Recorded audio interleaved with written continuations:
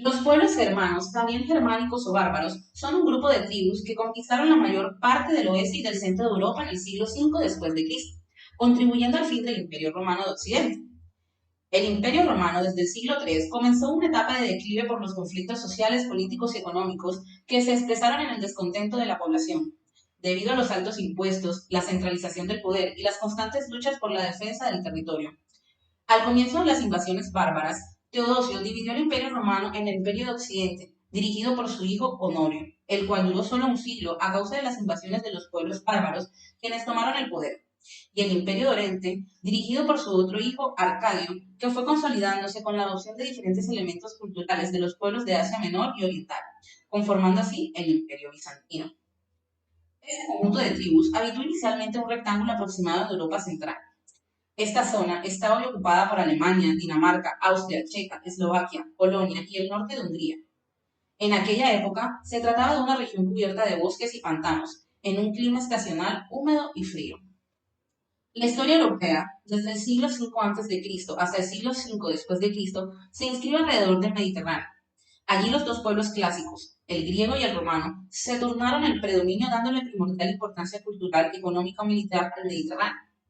De ahí que se les conozca como culturas mediterráneas.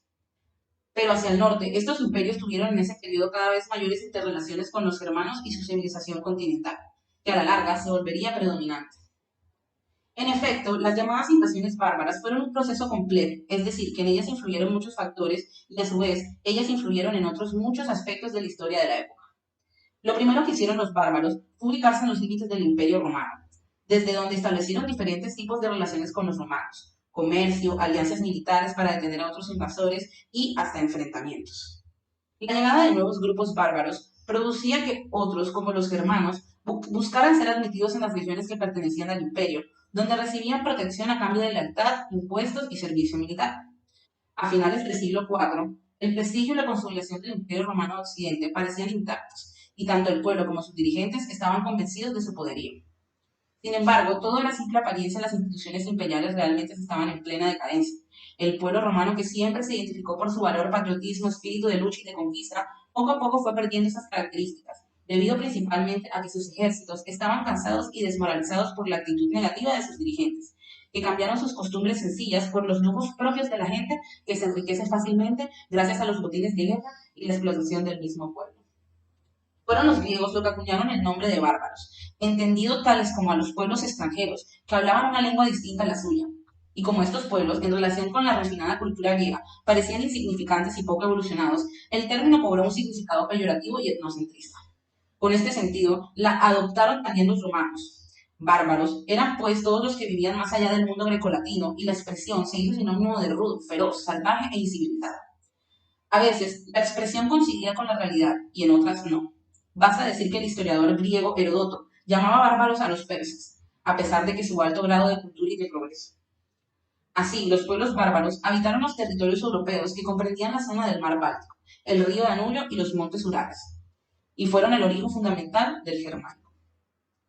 La guerra era algo frecuente entre estas tribus. Los militares ocupaban un puesto destacado recibiendo más riquezas al repartirse el botín, lo que abrió la posibilidad de acumular riquezas. Así, comenzó a separarse otra clase social dentro de los bárbaros, la nobleza militar. Los nobles y guerreros tenían una guardia llamada séquito, que juraba defender su honor y seguir su suerte. El séquito no tenía derecho a caballo y armas, y aparte del botín, los jefes militares tuvieron una guardia personal, cuya obligación era seguirlos y protegerlos a donde fueran. Si el jefe moría en combate, la guardia debía quitarse la vida, pues no podía sobrevivir a su jefe. El Imperio Romano pasó por periodo de transición y ahora miraremos de la mano de Augusto cómo pasó de la metrópoli de ladrillo a la metrópoli de mármol, siendo una arquitectura grandiosa, propia de un arte autóctono, un poco recargada y una pintura que se esforzaba por ser decorativa y realista a la vez. Tiberio, por su parte, construye de su mano un palacio sobre el monte Palatino. Su hijo Calígula extiende este palacio y construye el anfiteatro bien conocido como el Coliseo, el cual inauguró su hijo Tito, quien además levantó el monumental Arco del Triunfo, quien representa como tal su victoria sobre los judíos.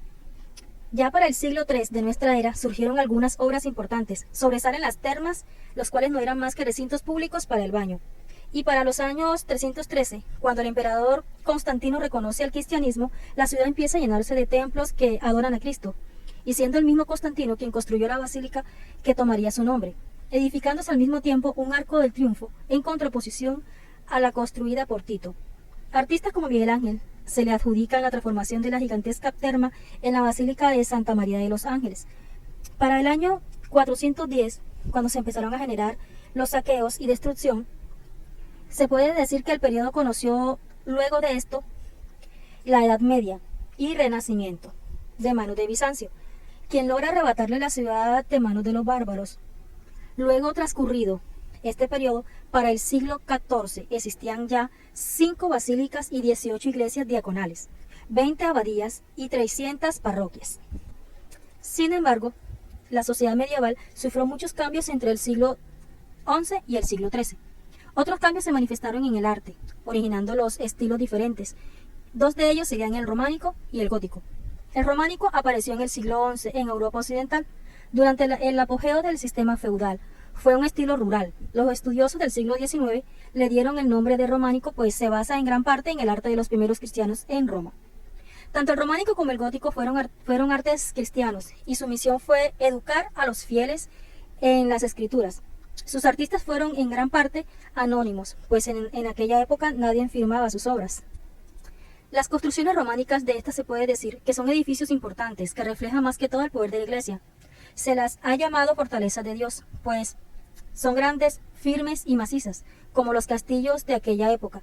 Otros rasgos distintivos de la arquitectura románica fueron el empleo de semicírculos en arcos, bóvedas, llamados arcos de medio punto, el uso de bóvedas de piedra o bóvedas de cañón, es decir, bóvedas en forma de semicírculo para cubrir las naves de la iglesia. La indumentaria en la Edad Media comprendía del periodo románico, bizantino y bárbaros. El uso de la toga romana fue desapareciendo y se extendió el uso de las túnicas y las primitivas bracas, especie de pantalones ajustados al cuerpo hechos de piel de animal. Esto dio paso a las calzas, precedente de pantalones, medias, letargos, etc., sujetas desde el tobillo a la rodilla por medio de correas entrelazadas o ajustadas hasta la cintura e incluyendo el pie en la prenda. También evolucionaron las capas, mantos y manteos en los varones y las sayas y los tocados en las mujeres. Los bárbaros introdujeron la costumbre del uso de bragas que cubrían las piernas, prendas semejantes a los pantalones, estas adheridas a la pierna, bordadas y adornadas, ajustadas ambas en las pantorrillas, por medio de correas entrecruzadas. Las túnicas que antes carecían de mangas o las poseían muy cortas, ahora las anexaron. Se siguieron usando las capas de lana rectangulares, los clamides, adquiriendo mayor amplitud. Los bárbaros usaban generalmente 2 tonos de ropa. El lado izquierdo no era del mismo color que el lado derecho. En el mundo bizantino aportó su lujo y su nueva variedad de telas. Sobre todo, se agregó la seda y los ricos bordados en oros y piedras preciosas. Los flecos y adornos predominan en sus trajes que poco a poco fueron infiltrándose en la zona occidental. Por ejemplo, con el uso del manto semicircular, agarrando desde el hombro derecho ya que no tenía ningún agujero para pasar la cabeza. El manto era símbolo de estatus y no solo para protegerse del frío, los mantos oscuros simbolizaban que las personas atravesaban un periodo de duelo. También con la invasión árabe se comenzaron a utilizar nuevas telas, y en aquellos pueblos que no lograron escapar a su dominio se impuso su singular vestimenta de anchos pantalones, zarahueles, el uso de faja, el turbante y la túnica corta abotonada y ajustada. Se continuaron usando túnicas talares, llamadas así porque llegaban hasta los talones, denominadas gonel, y encima sobre un gonel. Este evolucionando, agregándosele un cuello o esclavina, recibiendo el nombre de garnacha. Este cuello luego fue descartado y la prenda se hizo más corta, siendo el antecedente de nuestro gabán. El peyote era una especie de vestido largo y abrigado, ya que se forraba habitualmente con piel de conejo. Las cabezas eran adornadas con sombreros cilíndricos o birretes. Para la guerra se usaban cortas de malla, sobre túnicas de lanas, armaduras, escudos y yelmos de hierro, pues las luchas eran cuerpo a cuerpo y cinturones para sostener las espadas. En cuanto a las mujeres, se hizo común el uso de faldas de forma cuadrada, con un agujero en la cintura y 4 picos en el exterior e inferior.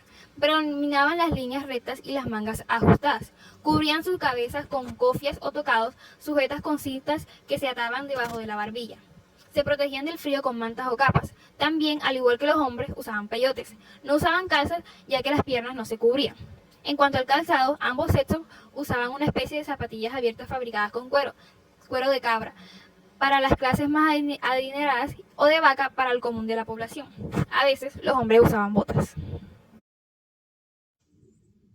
Dentro de este contexto encontramos los siguientes personajes destacados. Bárbaro. Carlos Magno, hijo del rey Pipino el Breve y de Betrada de Lao, sucedió a su padre y reinó con su hermano Carlos Magno. Teodorico, invadió Italia en 488 d.C., reinó durante 3 décadas, fue un rey pasivo y justo, lejos del estereotipo de un rey bárbaro, y murió en el año 526. Clodoveo, primer gobernante de la dinastía merovingia que gobernaría en Galia y Germania de 500 a 750 d.C. Asumió el trono en 481 con solo 15 años de edad y murió alrededor de 511. Odoacro, primer rey bárbaro de Italia, sirvió como comandante de Roma, luego encabezó una rebelión contra Oreste a quien así mató. Con el tiempo la alianza de Ceno y Teodorico fue el final de su reinado. Gensérico, llegó al poder en 428 d.C., venció con éxitos ataques romanos, murió en 478 a causas naturales, todavía invicto en el campo de batalla. Alarico, famoso rey bárbaro que subió al poder en el año 395 d.C. Alarico se cree que murió poco después que abandonara Roma durante una expedición hacia África. Bizancio, Constantino el Grande, nació en febrero de 272 y murió en mayo de 337, conocido por ser el primer emperador cristiano quien fundó la ciudad Bizancio, actual Estambul. Justiniano I, nació en mayo de 483 y murió en noviembre de 565. Fue el último emperador en usar latín como lengua materna y creó el conocido Código Justiniano. Zoe, nació en 978 y murió en junio de 1050. Es considerada como una de las 3 emperatrices oficiales del Imperio Bizantino, es decir, que ejerció el poder en solitario. Arcadio, nació en el 378 y murió el 1 de mayo de 408. Con Arcadio al poder, el Imperio Romano dejó de existir y se dividió entre Oriente y Occidente. Constantino XI, nació en febrero de 1404 y murió en mayo de 1453. Con este emperador finalizó el Imperio Bizantino. Romanos. Julio César, general político y romano, convirtió la República de Roma en el poderoso Imperio Romano. César Augusto, primer emperador del Imperio Romano, quien supuso la transición de la República de Roma al Imperio Romano. Trajano, primer emperador romano no proveniente de Italia, durante su reinado el imperio alcanzó su máxima extensión territorial, así como la edad de oro del Imperio Romano.